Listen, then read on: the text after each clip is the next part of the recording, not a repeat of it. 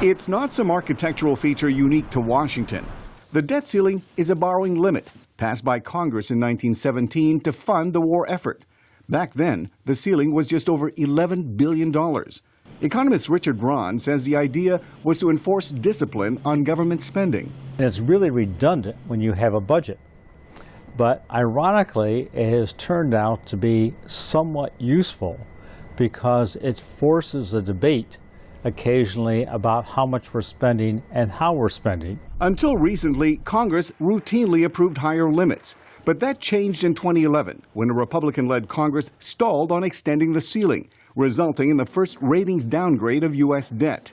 Today, the ceiling is $16.4 trillion, a limit the U.S. is likely to exceed by February. I think it's beyond the human mind to be able to grasp numbers that big. Just how big is the U.S. debt? It's easier to visualize if we start with $100. 100 of these makes 10,000. If we multiply that 10,000 by 100, now you have $1 million, enough to fit in a shopping bag. 100 million looks more impressive, shown here on top of a shipping pallet. Make that 10 pallets and you have $1 billion. But now it gets interesting. Multiply these 10 pallets 1,000 times and you have $1 trillion, 1 followed by 12 zeros. That's enough money to cover an entire soccer field 2 pallets high. So to imagine the size of the U.S. debt, simply multiply that double-stacked football field 16 times. We owe money to everybody. Of course, foreigners have about 40% of our federal debt, non-Americans.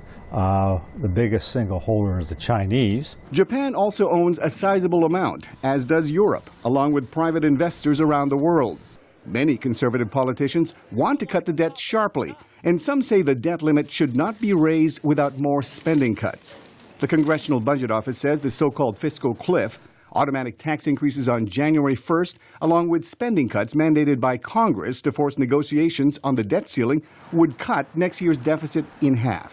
But doing so all at once poses serious risks, says fiscal responsibility advocate Robert Bixby. They've been pretty clear, the nonpartisan Congressional Budget Office, that if we go over the fiscal cliff, their projection is that it would cause a recession.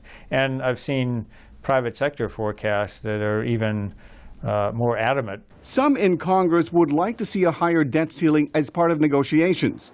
For now, many economists say avoiding the shock that would come from higher taxes and government cutbacks is far more critical to the world's largest economy.